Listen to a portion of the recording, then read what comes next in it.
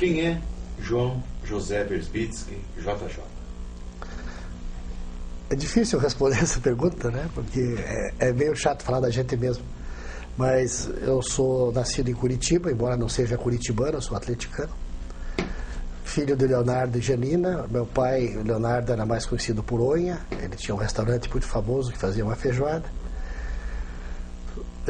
Estudei no Colégio Santa Maria toda a minha infância. Depois fiz faculdade e hoje trabalho na área de consultoria de publicidade. Quando que você nasceu e quando que você começou em publicidade? Nasci em 3 de agosto de 1951 e, na verdade, comecei em publicidade muito jovem, como panfleteiro. Meu pai tinha uma copiadora e, na época, havia muita necessidade de cópias, de fotocópias para inscrição no vestibular. Então, as minhas férias eu passava ali no núcleo profilático distribuindo panfleto toda manhã, das 7 da manhã ao meio-dia. E no restaurante do meu pai, a gente praticava muitas coisas que hoje são consideradas marketing moderno. Por exemplo, marketing de aromas. Meu pai jogava o cebinho do filé, do churrasco, no braseiro, para fazer o cheiro do churrasco, e isso enchia o restaurante todo dia na hora do almoço. Aliás, o teu pai, o nome do teu pai é uma coisa bem característica. Uma vez você me contou, você podia contar para o pessoal o que significa Onha? Na verdade, ninguém chamava meu pai de Leonardo. Você fala Leonardo, ninguém sabia. E o Onha foi um apelido que ele ganhou quando era guri, porque ele jogava bola, inclusive jogou no Atlético também. E os ciganos apelidaram ele de Onha, que significa rápido como um raio, como um relâmpago. Ele era goleiro, né? Era goleiro. Meu pai foi goleiro, eu fui goleiro também, joguei no Atlético, nos juvenis, joguei no Santa Maria durante 11 anos. Uma grande contribuição sua ter abandonado uma boa contribuição para a publicidade, você ter largado o futebol. Porque naquele tempo dava muito pouco dinheiro no futebol. Mas você falou que começou cedo com a publicidade. Você sempre quis trabalhar com publicidade, com comunicação? Não, é engraçado. Eu na verdade, eu queria fazer vestibular de 2 coisas que sempre me fascinaram: arquitetura e arqueologia. A arqueologia no Brasil, na época, nos anos 60, era muito difícil, eu não tinha nem curso. E a arquitetura eu não passei em 2 vestibulares, e passei em comunicação social na Católica, em segundo lugar. E no primeiro dia de aula me apaixonei pela comunicação. E primeiros 15 dias de aula eu já tinha meu primeiro emprego. Eu fui trabalhar, eu levei um release no Diário do Paraná, e o Roberto Novaes, que era meu professor na faculdade, me convidou para fazer um estágio no jornal. Isso foi em que ano? 1973. Então eu comecei a trabalhar no jornal de imediato. E trabalhei em todas as posições, joguei em todas as posições daquele time. O Diário do Paraná era um jornal que na época era o principal jornal de Curitiba e do Paraná. Era uma escola de jornalismo, os maiores jornalistas do Paraná trabalhavam lá na época. Obrigado. Inclusive o Bittencourt iniciou comigo também na mesma época. E fui repórter policial. Aí o Vinícius Coelho, grande amigo sacana, me colocou para cobrir os coxas durante 1 ano e meio. Então fiquei 1 ano e meio indo no campo do Curitiba todo dia, e o Curitiba ainda foi campeão naquele ano, para minha desgraça. Mas aí eu aprendi que você tem que ser profissional e isento, né? E para mim a maior recompensa foi no dia que o Curitiba foi campeão. O Marçal, que era zagueiro do Curitiba, me deu a camisa. Era zagueiro e capitão do Curitiba. Ele me deu a camisa como homenagem à minha isenção. Ele sabia que eu era atleticano, que eu estava machucado, mas me deu a camisa. Quando cheguei em casa com a camisa do Curitiba, meu pai jogou no fogo a camisa, mas essa é outra história. Eu te conheci como publicitário, eu acredito, ali numa agência na Souza Naves, com Caldeira. Isso. Já era Gemini? Gemini. Antes de chegar na Gemini, eu trabalhei no Diário do Paraná durante 2 anos e meio. Depois fui trabalhar, teve a neve em Curitiba, e eu fiz várias reportagens importantes na época. Todo mundo se preocupou com a beleza da neve, e eu fui ver a agricultura que tinha queimado tudo, né? A geada negra. E o Carney me convidou, o governador Jaime Carney me convidou para uma entrevista, e da entrevista me convidou para trabalhar no Palácio Iguaçu como assessor de imprensa, junto com o secretário Antônio Luiz de Freitas, que hoje é dono da Master. Então eu trabalhei no governo durante um ano, voltei para o jornal como editor de segundo caderno, como editor de polícia, como editor de esporte, e acabei, antes de me formar ainda, sendo editor-chefe do jornal. Aí voltei para o governo, trabalhei no governo nas secretarias de planejamento do interior e na administração com os secretários Belmiro Castor, Véspero Mendes e Luiz Eduardo Veiga Lopes. Aí, quando o Saul Raiz perdeu a eleição para o Richa, em 83, eu saí da... A campanha foi 82, Em 83 eu saí do governo e fui trabalhar na Gemini com o Caldeira, do Cídio Caldeira Júnior. Que foi, para mim, uma grande escola. O Caldeira é uma pessoa maravilhosa e me deu uma oportunidade única de fazer um curso em São Paulo, na Ogilvy, que eles chamavam de Universidade Latino-América. Era um curso sobre planejamento e atendimento de publicidade. Então tivemos aulas com o Kenneth Roman, que era presidente mundial da Ogilvy na época. Tivemos um vídeo com o David Ogilvy, nos ensinando muitas coisas. Lanterna mágica. As lanternas mágicas, e foi um aprendizado maravilhoso. No governo eu já tinha começado a trabalhar um pouquinho com planejamento, que era uma coisa que não existia praticamente naquela época. E na Gemini nós começamos a trabalhar de uma forma diferenciada, já trabalhando comunicação integrada, não só a publicidade. Isso porque o consumidor é atingido de diversas formas, por diversas formas de comunicação, não só o anúncio no jornal, na televisão e no rádio. Então a gente cuidava de clientes como a Batavo, a Coamo, e a gente começou a trabalhar com feiras, exposições, assessoria de imprensa, merchandising, design de embalagem, além de fazer anúncios e comerciais. Então foi um embriãozinho de planejamento que surgiu naquela época, em 86 até 83 até 86 que eu fiquei lá. Quando você escreve um artigo seu, mesmo sobre publicidade ou sobre comportamento, você se sente mais jornalista ou um redator publicitário? Eu me sinto os dois. O jornalismo me ensinou uma coisa importante, muito importante, eu creio, que falta na faculdade de publicidade, embora eu tenha dado aula de publicidade. Saber entrevistar e saber captar a essência. O que é importante? No jornalismo a gente trabalha com lead e sub-lead, né? A gente coloca no começo da notícia aquilo que é mais importante. E muitos publicitários esquecem disso. Acabam escondendo o que é mais importante, que é o benefício para o consumidor, lá no fim do texto. Então nós vemos anúncios sem título, anúncios sem benefício, anúncios sem promessa de alguma coisa boa. Muitas vezes são criativos, mas como disse o John O'Toole, que foi presidente da Associação Americana de Agências de Publicidade, criatividade não significa eficiência. A eficiência, a publicidade é feita para vender. Ela pode até entreter, pode emocionar, pode fazer rir, mas se não vender não adianta nada. Então a essência era conseguir transmitir o benefício. Essa seria, no caso, então, a propósito dos seus artigos e comentários, que hoje o próprio setor está confundindo publicidade e propaganda? Bom, esse é um velho debate meu. Publicidade e propaganda são duas coisas diferentes. E o Brasil é o único país do mundo que usa o mesmo significado para as duas palavras. Publicidade é comunicação comercial, é transmissão de mensagens de vendas. E propaganda, no mundo inteiro, é comunicação política, religiosa e ideológica. Se você entrar no site da Amazon.com, digitar advertising, você vai ver livros de publicidade que ensinam a vender. E se entrar em propaganda, você vai entrar em propaganda nazista, propaganda socialista, campanha política. Quem cunhou essa expressão propaganda foi a Igreja Católica, né? Foi o Ministério da Propagação da Fé, que era para propagar a fé. Então, a origem é essa. No Brasil ainda se confunde a palavra publicity, como se fosse publicidade. E publicity é assessoria de imprensa. É o trabalho de promoção que um assessor de imprensa faz com o artista para conseguir espaço gratuito na mídia, etc. Então há essa confusão no Brasil. Eu tenho tentado, eu insisto nisso muito, e tenho tentado no Orkut, no meu blog, no livro que eu escrevi, nas minhas aulas, evidenciar bem essa diferença. Mas os próprios jornalistas especializados usam propaganda como sinônimo de publicidade. A maioria dos livros editados no Brasil cometem esse pecado. É o único país do mundo que usa a publicidade e propaganda como sinônimo. Tem uma outra questão que você é muito crítico com relação a essas restrições à publicidade.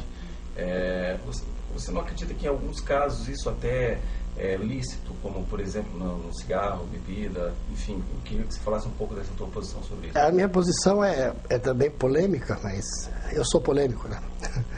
Eu acredito que todo produto que é produzido e comercializado legalmente tem pleno direito de ser anunciado. Se eu posso produzir, se eu gero emprego, se eu gero impostos, se eu gero distribuição de renda, eu tenho o direito de anunciar porque eu preciso vender. Porque se eu não vender, eu vou falir. Eu até admito que alguns produtos possam ter algum tipo de restrição de horário, como cigarro e bebida alcoólica, por exemplo. Mas querer culpar a publicidade pela obesidade, por exemplo, é um absurdo. O que faz um bom publicitário? Um bom publicitário, de uma forma geral, desde o criativo, o diretor de arte ao cara de atendimento. O que faz um bom publicitário? O bom publicitário trabalha com a verdade, em primeiro lugar, não tenta enganar o consumidor. O Ogilvy sempre diz, sempre dizia, né? Não subestime o consumidor. Ele pode ser teu pai, tua mãe, tua filha, teu vizinho, um amigo teu, ele não é um imbecil. Então não subestime a inteligência dele. Então o bom publicitário deve, em primeiro lugar, conhecer o problema, porque você definindo bem um problema, você tem 50% da solução. E segundo, resolver esse problema de forma que estimule a venda. Eu sei que há várias correntes da publicidade, ligando a publicidade ao entretenimento. Estou lendo um livro sobre o comportamento do consumidor, que diz que a emoção fortalece a memória. Mas a gente ainda vê muitos comerciais na televisão e acaba não lembrando a marca do produto. Contam uma história bonita, emocionante, edificante, mas o produto que eu tenho que vender ele desaparece na memória. Então, acho que o bom publicitário deve valorizar principalmente a marca do anunciante e o benefício que é dado ao consumidor. As pessoas compram benefícios, não compram produtos, não é verdade? A nossa geração foi muito influenciada pelo David Oldham, né? Eu reconheço que ele era realmente um gênio. Essa geração atual tem alguma referência desse porte ou está todo mundo perdido?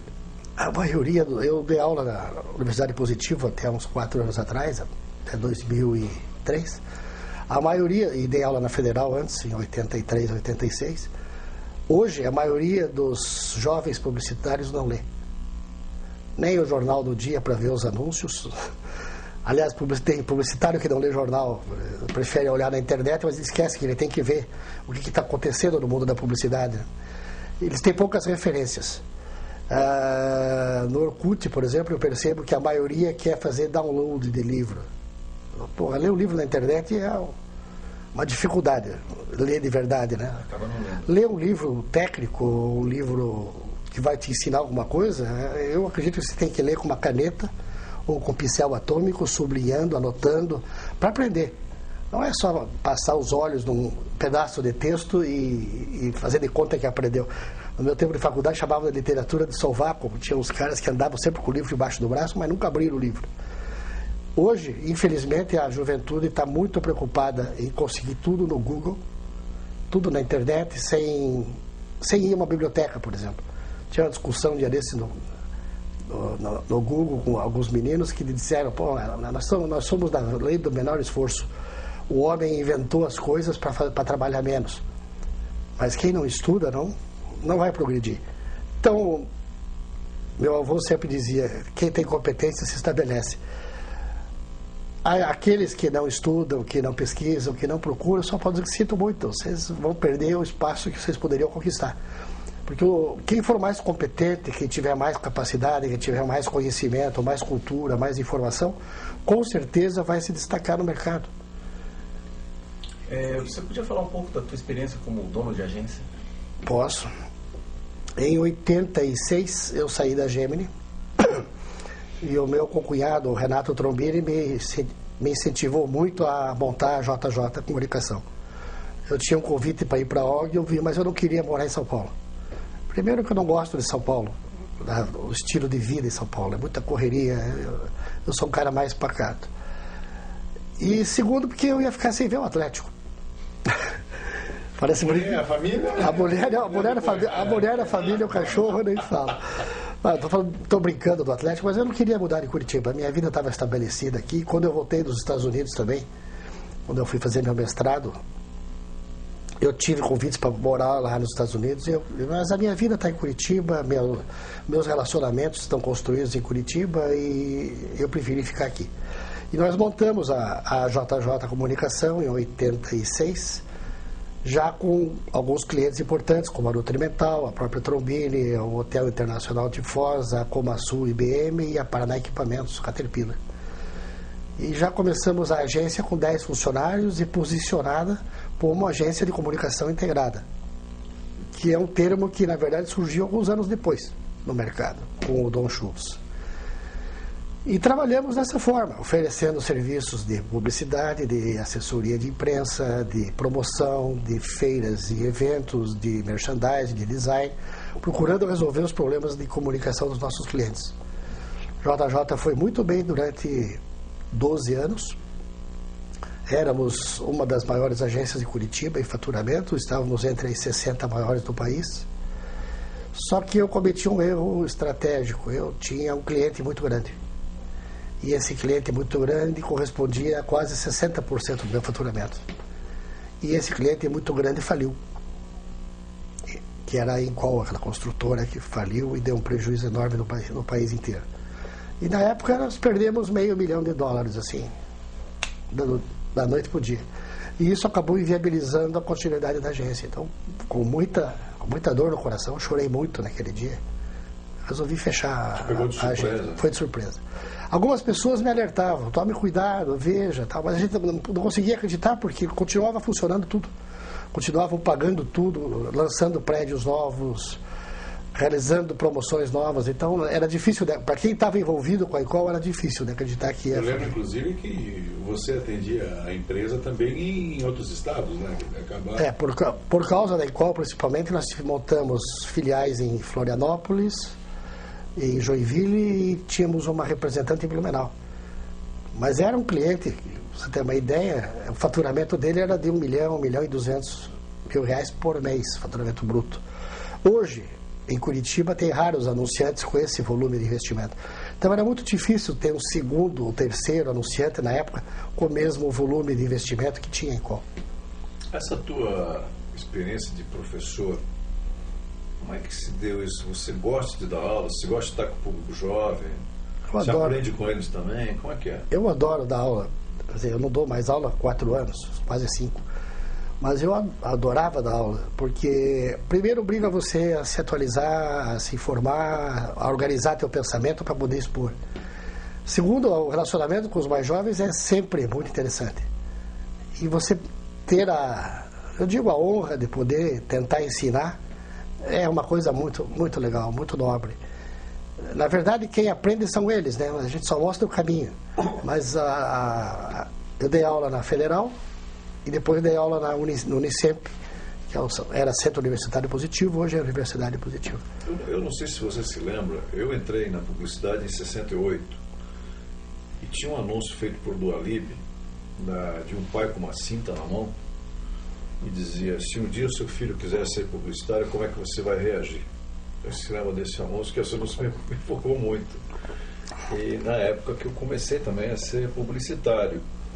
E era uma profissão maldita na época. E passaram-se os anos, ela foi uma das profissões mais disputadas no vestibular, rivalizando com medicina.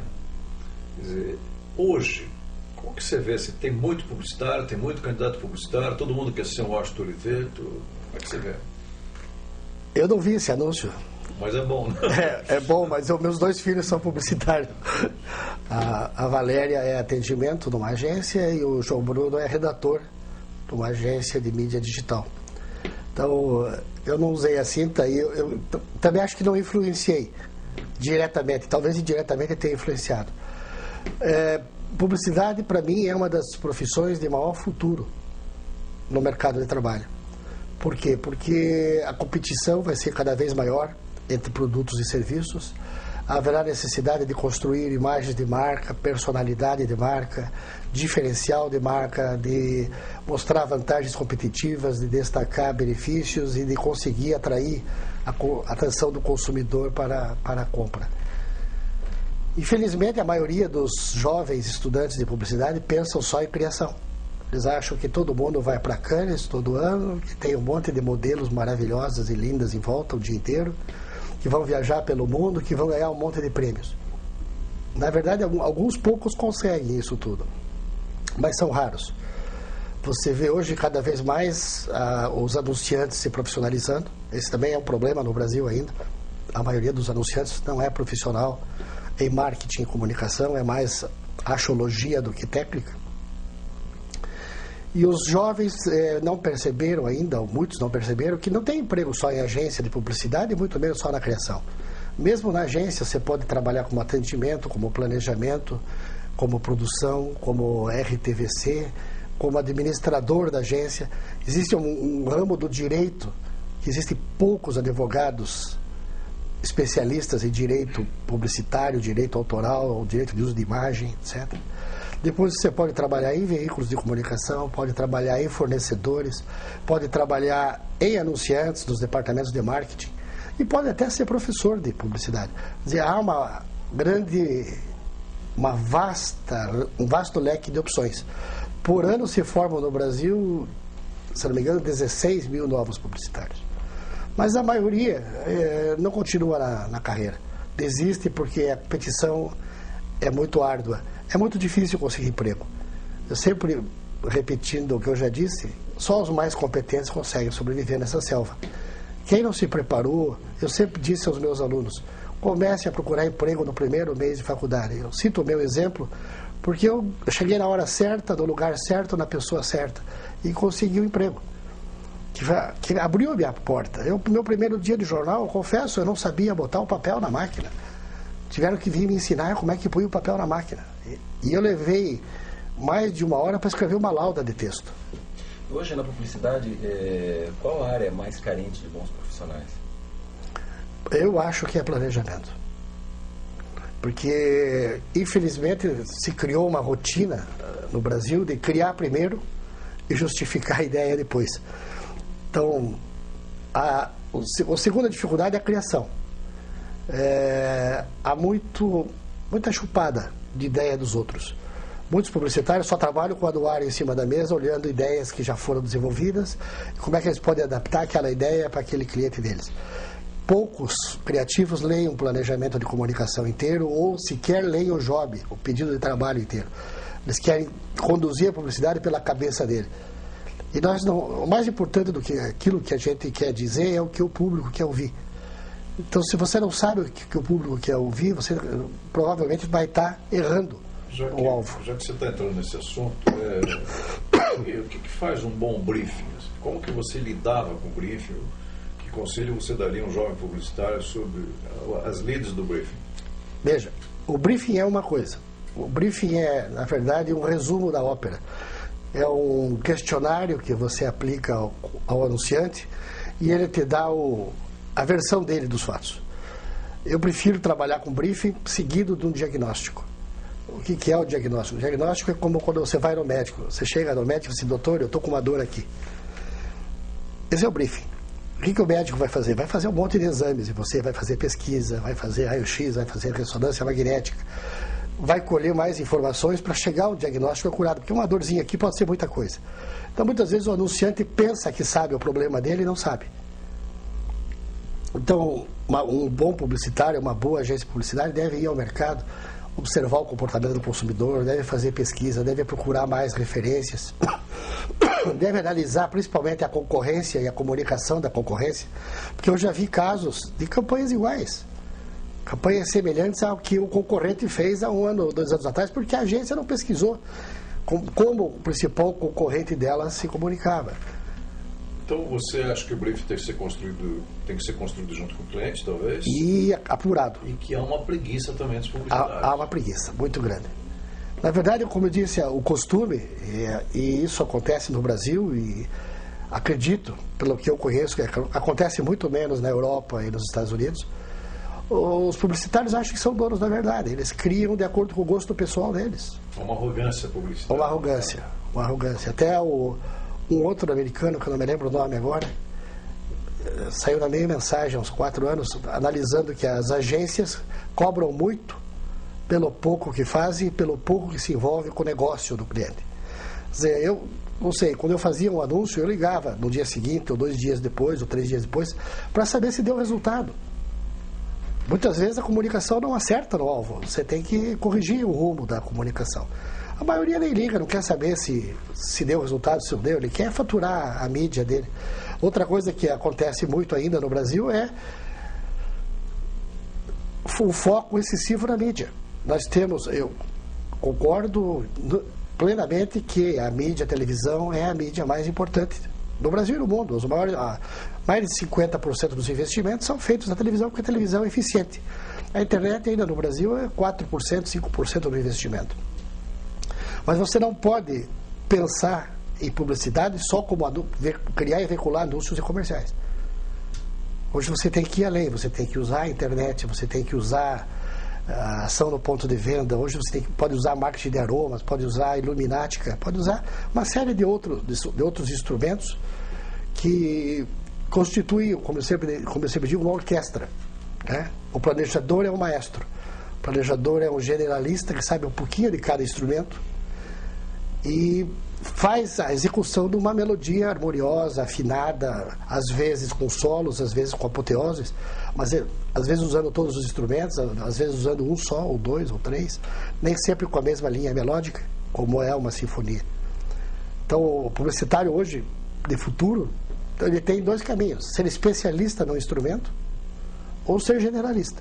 Conhecer razoavelmente bem todos os instrumentos que estão à disposição dele para ele poder planejar a comunicação. Você não pode planejar uma comunicação usando instrumentos que você não conhece. Até usando esse gancho e procurando situar a questão do nosso quintal, do nosso Curitiba, gostaria que você falasse a respeito da aplicação desses recursos todos há alguns poucos anos e adaptados para hoje. Eu acredito que não evoluiu muito. Eu tenho tido a oportunidade de atuar com agências não só de Curitiba, como de Santa Catarina e de São Paulo. Eu ainda vejo muita ideia justificada, não pensada antes de criar, sem conhecer o problema. É que pensar dói e dá trabalho, né? Pois é, pensar não dói e não dá trabalho nenhum, né? E eu sempre digo, pensar grande custa o mesmo tempo, o mesmo esforço de pensar pequeno. Se você pensa grande, é como fazer um bolo, né? Se o bolo cresceu demais, você pode cortar e fazer 2. Se o bolo ficou desse tamanho, você não faz 2 bolos com eles. Tem que usar aquilo mesmo. Pois é, mas eu gostaria que você falasse a respeito do mercado curitibano e das ações curitibanas, dos trabalhos principalmente, que eram feitos há alguns poucos 20 anos e agora. Em termos de cliente, em termos de mensagem, em termos de filme, essas coisas. O mercado curitibano se transformou nos últimos 10 anos. Grandes anunciantes foram embora ou faliram. Grandes segmentos de mercado diminuíram seus investimentos de forma drástica, como o mercado imobiliário e o mercado de automóveis, por exemplo. Nós temos em Curitiba, no máximo, 5 ou 6 agências de publicidade que trabalham como deveriam trabalhar. Coletando o briefing, fazendo o diagnóstico, analisando o problema, pensando em cenários de futuro, construindo caminhos mais seguros para o anunciante e se preocupando com as vendas. A maioria das agências não trabalha assim, infelizmente. Isso não é Curitiba, isso é no Brasil inteiro. A maioria das agências pega na internet uma pesquisa que ele achou que justifica aquela ideia que ele criou e apresenta isso como planejamento. Isso não é planejamento. Você acha que você tem que ser mais criativo no planejamento? Eu acho que o planejamento é abrir um pedaço da estrada. Esses dias eu vi... É indicar o rumo, né? Mudando de assunto, completamente mudando de assunto. Isso é para te provocar. Esses dias eu vi um documentário sobre o Flamengo e estava o poeta Thiago de Mello falando de um cara que cunhou a frase uma vez: Flamengo, sempre Flamengo. Eu não lembro quem é o cara. Se você fosse cunhar uma frase para o Atlético, não precisa dizer agora, pode ser no programa. Está pronto? Então fala para nós. Que frase você conhece? Eu já fiz essa frase. Na verdade, eu coloquei numa comunidade do Orkut. Atlético, muito amor, muito além da eternidade. Opa. Você falou do Orkut, você agora está com um novo projeto aí que é o blog, né? Como é que está indo isso? Pois é, eu sempre, sei lá, eu quase morri há 5 anos atrás. Eu tive um infarto e fiz uma cirurgia de 4 pontos no coração, seguida de uma infecção hospitalar que quase me levou. Perdi 18 quilos, tive que me aposentar por invalidez permanente. E não sei se uma parte emocional em mim falou mais alto, mas eu escrevi um livro. Comecei a entrar no Orkut e tentar oferecer conselhos aos mais jovens. Sei lá se é estoicismo, se é vaidade ou se é vontade de ajudar só. Mas eu faço isso todo dia. E participo de algumas comunidades de publicidade e de marketing onde a maioria das pessoas gosta daquilo que eu escrevo e agradece pelas orientações que eu dou. Até na minha página pessoal, volta e meia, vem perguntas sobre o que você acha disso, o que você acha daquilo, e eu tento responder dentro do meu conhecimento em coisas que realmente eu não sei, né? E eu vou dizer, olha, eu não sei isso, eu não posso te responder. E aí surgiu a ideia de montar um blog. Isso faz 2 meses. E eu hospedei o blog do JJ na editora Abril, blogesabril.com.br/blog do JJ. E para minha surpresa, ontem entraram mais de 1.800 pessoas no blog. 1.800 visitas no blog, algumas pessoas podem entrar 2 vezes. E em 2 meses estou chegando a 35 mil visitas no blog, que eu acho que é um número assustador. É muito grande. Né? Muito grande. Isso aumenta a minha responsabilidade com o conteúdo que eu vou manter no blog. Mas isso mostra a força que tem a comunicação na web. Você falou do teu caso de saúde e percebi uma emoção na tua fala, na tua voz. Os eslavos, você é descendente polaco de ucraniano? Polaco. Né? Polaco. Os eslavos normalmente são sujeitos emotivos. Eu sou muito emotivo. Eles extrapolam. Queria falar sobre a emoção do JJ e o uso da emoção na publicidade. Tá, a emoção às vezes me atrapalha, porque eu sou um chorão da natureza. Você pode chorar. E isso eu puxei da minha mãe, do meu pai, do meu avô polaco. Eu sempre cito. Agarremos tudo na choradeira. Agarremos todo na choradeira. E eu choro muito fácil. Eu me emociono com a medalha olímpica, me emociono com um show maravilhoso. Tem o último DVD do André Rieu, que é um show da Austrália, que no final ele chora tocando violino. Uma choradeira lá em casa, minha mulher italiana também é choradeira. Enchemos o sofá de lágrimas, né? Ele chora bem largada dele ali. Não, largada não, talvez na chegada. Mas eu choro muitas vezes ouvindo o hino nacional. Então, eu sou muito emotivo. Essa emoção às vezes me atrapalha, porque eu tenho diabetes. E o emocional faz a taxa de glicemia subir muitas vezes quando não devia. A emoção... A caixa de chocolate, né? Não, sem chocolate. Sem chocolate. A emoção na publicidade é muito importante. Só que ela não pode ser uma emoção barata. Ela tem que saber explorar a emoção que diz respeito àquele tipo de consumidor. Não pode ser piegas. Não pode ser piegas. Existem comerciais maravilhosos que trabalham muito bem a emoção e comerciais que trabalham a emoção por forma, ou a emoção ou o riso. Por exemplo, tem comerciais que você lembra da piada e não lembra do produto. Se eu perguntar aquela comercial de cerveja que fala gelada, qual é a cerveja? A maioria das pessoas não sabe qual é a marca da cerveja. Então lembra. Eu tive que assistir o comercial de novo para poder responder essa pergunta. É da cerveja Sol. Quer dizer, a ideia, como ideia gelada, é muito legal. Mas o produto ficou em segundo plano. A mesma coisa eu julgo que é com emoção. Você pode trabalhar a emoção bem, mas não pode esquecer do produto. E não pode esquecer do benefício que esse produto proporciona. Porque as pessoas, isso não é teoria minha, é do Theodore Levitt, as pessoas compram benefícios, não compram produto. Eu não compro óculos, eu compro uma visão melhor ou o status de ter um óculos Armani. Mas eu compro um benefício para mim. Agora, muitas vezes o cliente não entende essa subjetividade da propaganda.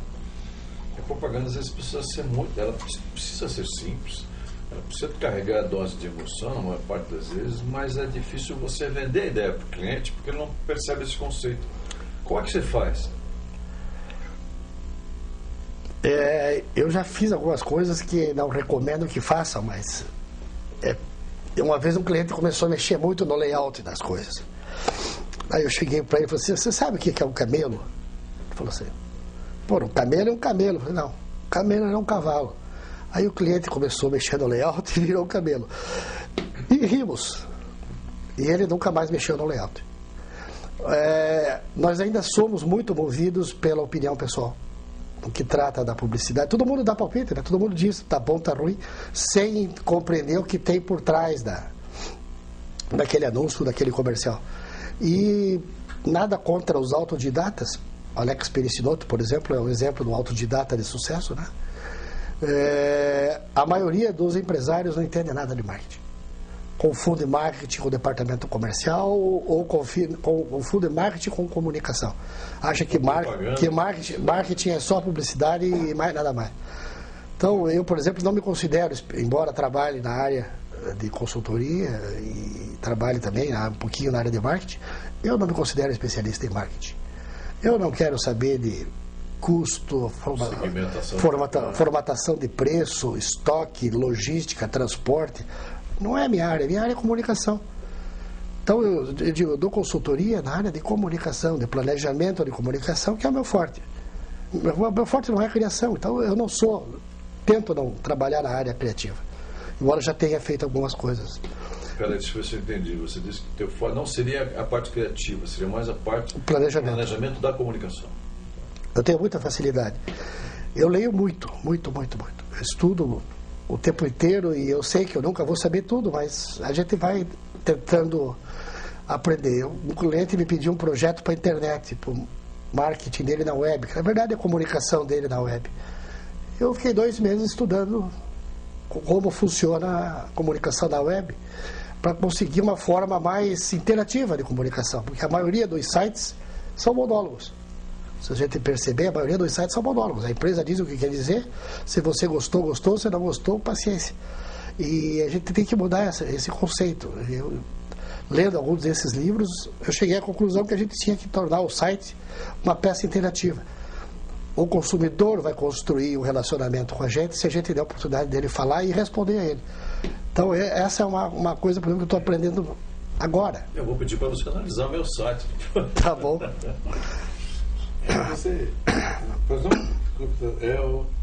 Você falou, eu quero trazer a conversa e a análise sempre aqui para o nosso Curitiba, para o nosso campo. E você diz que aí que você vai e pesquisa, ver o que o cliente diz e o que quer dizer. Há aquela história de que se alguma coisa der certo em Curitiba, dá certo no Brasil. Isso é verdade ou qual é a conversa que você deve dar aos curitibanos? Eu acho que isso já foi verdade. Talvez seja um mito.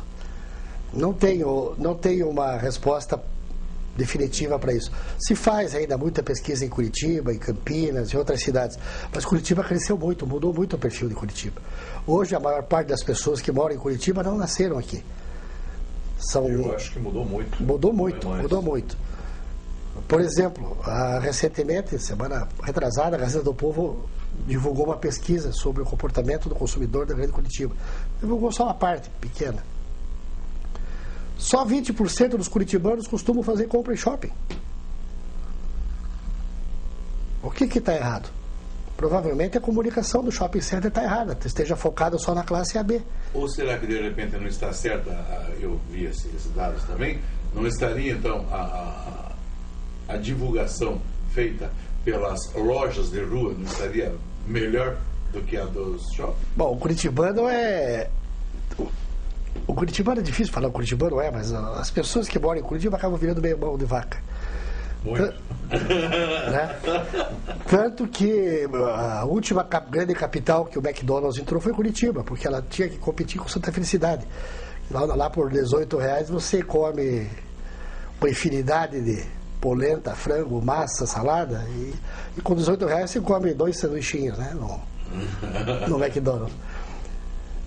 Eu penso que Está mudando muito, Curitiba cresceu muito. Então, como referência, para pesquisa, eu acho que talvez não seja mais. Não tenho certeza disso. De repente, não estaria mostrando que o curitibano prefere fazer o footing na Rua das Flores do que no shopping? Não, pelo que eu deduzi da pesquisa, tem dois fatores que eu julgo fundamentais. Primeiro, fator preço. Eu falei do mão de vaca, o preço da loja de rua é menor que o preço da loja de shopping. Então, quase 50% preferem, perto de 50%, preferem comprar nas ruas do centro. Eu acho, João, e 20% a loja de bairro. Curitiba não se acostumou ainda com um fenômeno urbano que é a periferia. Curitiba não tinha periferia até 30 anos atrás, tinha bairros. Né?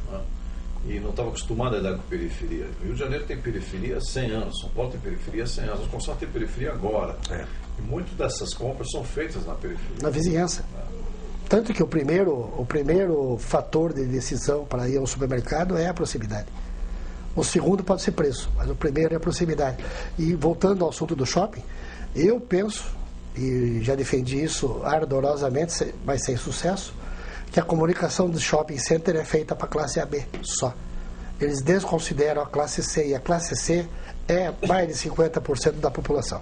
Isso é uma confusão que os nossos amigos publicitários fazem no Brasil inteiro. Não sabem a linguagem da classe C ainda, né? Acabaram de abrir uma agência chamada Bairro, em São Paulo, especializada na classe C. Um dos livros que eu estou lendo agora é justamente o marketing para a classe C. Mudando totalmente aí, e essa tua outra paixão da gastronomia? Pô, eu nasci num restaurante, né? Então eu gosto de comer bem, e quem gosta de comer bem geralmente aprende a fazer alguma coisa. E eu aprendi a cozinhar no restaurante. Meu pai às vezes não estava legal, estava doente, ou viajava de férias. E eu com 18 anos, 19 anos, chegava a tocar o restaurante, a cozinha do restaurante, com auxiliares e tal, fazendo diversos pratos. E faço alguns pratos diferenciados, assim, que têm sido elogiados, como uma jambalaya, que é um prato de New Orleans, uma comida malaia. São vários pratos de comida malaia que eu aprendi vendo televisão. Só que eu vi na televisão e no dia seguinte fui pro fogão e fiz. Então, quando você faz, você aprende, né? Então você tem uma paixão que é o Atlético, uma paixão por Curitiba, uma paixão por gastronomia. Por publicidade. Publicidade. Qual a tua maior paixão? Publicidade ou jornalismo? A minha maior paixão é a minha família. Ele mudou, né? Não, a minha maior paixão. Senão eu vou apanhar em casa.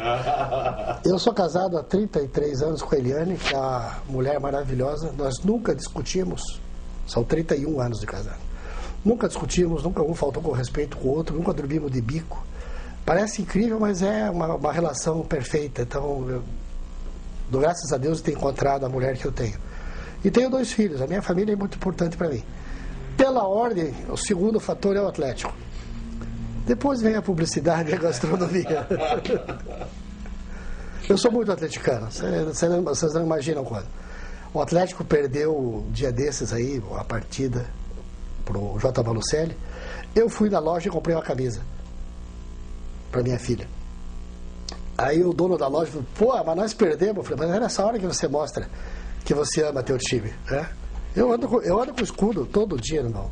Eu tive a oportunidade de trabalhar com um grande jornalista chamado João Saldanha na revista Manchete. E o João Saldanha morou em Curitiba. E influenciado por um tio, né, que era atleticano doente nos anos 30, ele cunhou uma frase que era da época e o pessoal ainda fala, né, que isso que é o Atlético. E ele publicou isso na sua coluna inúmeras vezes. O Atlético Paranaense é o único time que nunca perde, né? Ele ganha, empata ou é roubado. Então, quer dizer, Não, tem vezes que joga mal também. Mas isso faz parte, né? Ninguém é 100% todos os dias, né? Esse curitibano típico, ele é mais atleticano ou é mais coxa? Hoje a maioria é atleticano. Porque nos últimos 13, 14 anos o Atlético foi o time que mais títulos conquistou, foi campeão brasileiro, foi vice-campeão da Libertadores. Isso trouxe muitos torcedores para o Atlético.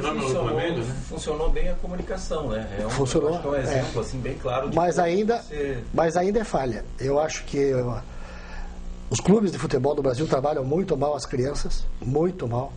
Não basta ter escolinha. A criança tem que ir no jogo, a criança tem que sentir emoção. Os clubes de futebol trabalham muito mal a emoção. Pô, não é pague 50 por mês e assista todos os jogos do Atlético. Desfrute dessa emoção, dessa paixão. A paixão com você fica maior, sei lá. Trabalhar a emoção no futebol é muito pouco o que fazem aqui. Mas eu não quero dar um testemunhal a respeito disso e envolve você.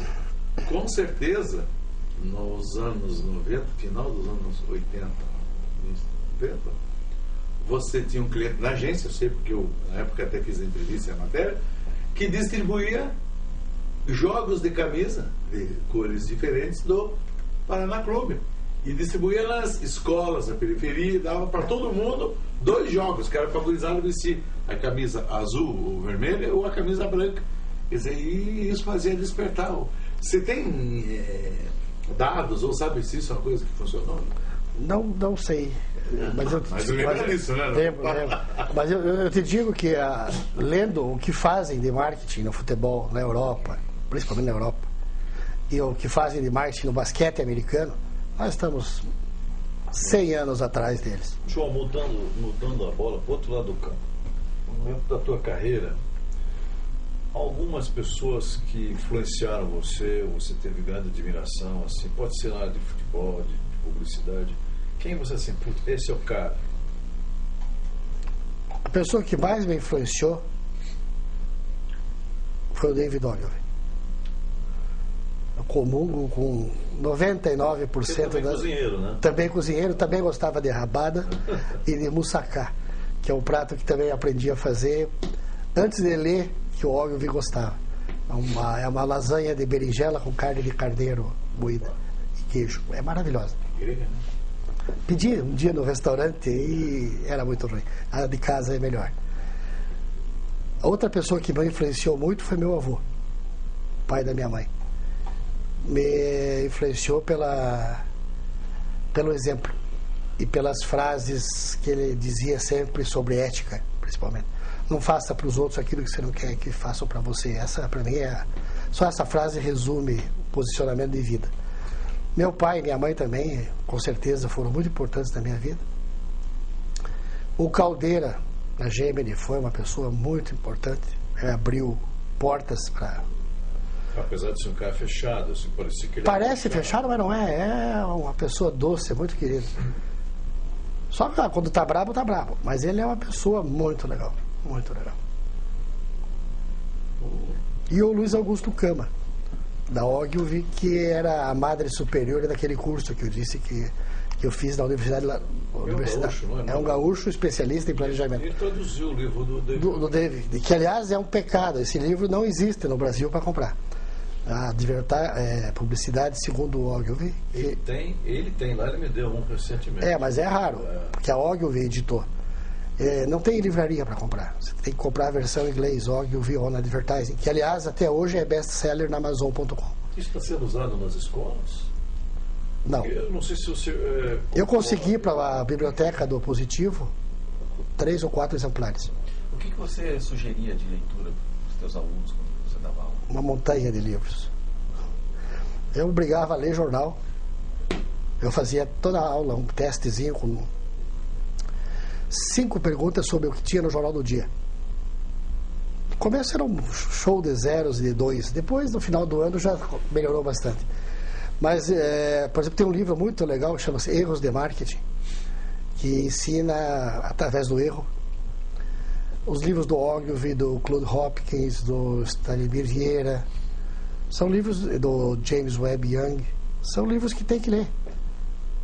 Agora, ele tem um texto chamado Como Escrever Textos Poderosos, e textos para rádio. Eu vejo que a rádio é um veículo que cresceu muito nos últimos anos, mas as publicidades não estão sabendo usar a rádio também. Não, a maioria... São muito ruins. A maioria usa o áudio do comercial de TV e põe no rádio. E esquece que o rádio não tem imagem, né?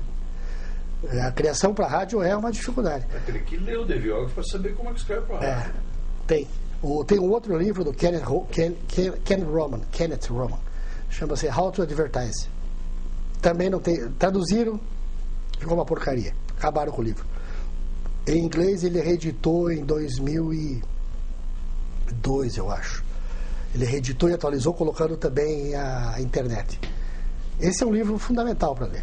Ali fala o que tem, o que funciona e o que não funciona, para jornal, revista, internet, rádio, televisão. E, aliviando já um pouco a parte técnica também, aí, né, que a gente sabe que você é um poderoso nesse setor, mas e o que funciona e o que não funciona, as experiências. O que você já deu com o nariz na porta, o que você tentou e não deu, seja pelo mercado curitibano, e os amigos conhecem muito bem, porque você até hoje não contou direito, por que é que um determinado piloto te procurou para vender o macacão e você não deu o anúncio para ele, ele ficou chorando na tua frente. Em primeiro lugar, você achou que ele não tinha futuro ou era muito caro o anúncio? Não, eu tenho uma filosofia de vida. Me violenta trabalhar para pessoas, produtos que eu não acredito. E você não acredita? Então não faço. Não. Posso ter errado, mas não acreditei na proposta. Eu já recusei clientes porque não confiava. Isso é curioso você contar que é o piloto, né? Não vou falar. Não é o Ayrton Senna. Eu tive um erro semelhante com o Almir Klink. Com a primeira travessia dele, aquele barco, custaria $600 para pôr a marca do Bamerinos na popa do barco. E eu não acreditei que o barco está no museu. Né? Estaria até hoje. Jota, para encerrar essa conversa, o que você gostaria de falar? Quais são suas considerações finais aí? Eu acho que o importante da vida profissional é você trabalhar com aquilo que você gosta. Se você não gosta da tua profissão, muda de profissão. Então a gente descobre se gosta ou não gosta de um trabalho justo quando começa a trabalhar com ele. Você não pode dizer que não gosta sem nunca ter experimentado, né? Tem gente que não come tal comida, tenho nojo. Experimenta, às vezes é muito bom. No trabalho é a mesma coisa. Eu acho que é uma violência você trabalhar por obrigação, só pelo dinheiro, ou numa coisa que não te agrada. Trabalhar com coisas que fazem bem e trabalhar com coisas que te fazem bem é quase tendo um orgasmo a cada job, a cada trabalho. Você se valoriza, você cresce, você se sente bem. E cada peça publicitária, cada campanha que vai para o ar, que você trabalhou, que te deu satisfação, é como um filho que você põe no mundo. O publicitário é muito vaidoso também, né? Porque o Shakespeare dizia, nossos elogios são nossos salários, né? E o publicitário vive atrás de elogio. Você é desse jeito? Não, claro que eu gosto de elogio, todo mundo gosta de elogio, mas eu me preocupo mais sinceramente, com o resultado, com dar certo. Eu fico doente se eu faço uma coisa e der errado. Eu sofro com erro. Claro que erro, já errei várias vezes, mas eu sofro muito com erro, eu não gosto de errar. Eu lembro de um caso, bem rapidinho, um amigo que era cliente meu, dono de uma concessionária de automóvel, que me liga às 9 horas da manhã e falou assim, Jota, esse teu anúncio é uma merda. Eu falei, não tinha nada errado no anúncio. Aí eu fui pesquisar e liguei para ele mais tarde e falei assim, olha, a tua concessionária que é uma merda, você me deu um preço R$3.000 mais caro que todos os teus concorrentes. Teus concorrentes estão vendendo adoidado. Daí ele pediu desculpas e arrumou o anúncio no dia seguinte e passou a vender. Então, ele me forneceu um preço equivocado. Não é meu trabalho formatar o preço dele, mas era um anúncio de oferta e ele fez uma oferta inadequada. O erro, às vezes, não é culpa do publicitário, mas o publicitário erra muito, justamente por causa do ego e da vaidade de achar que ele está sempre certo.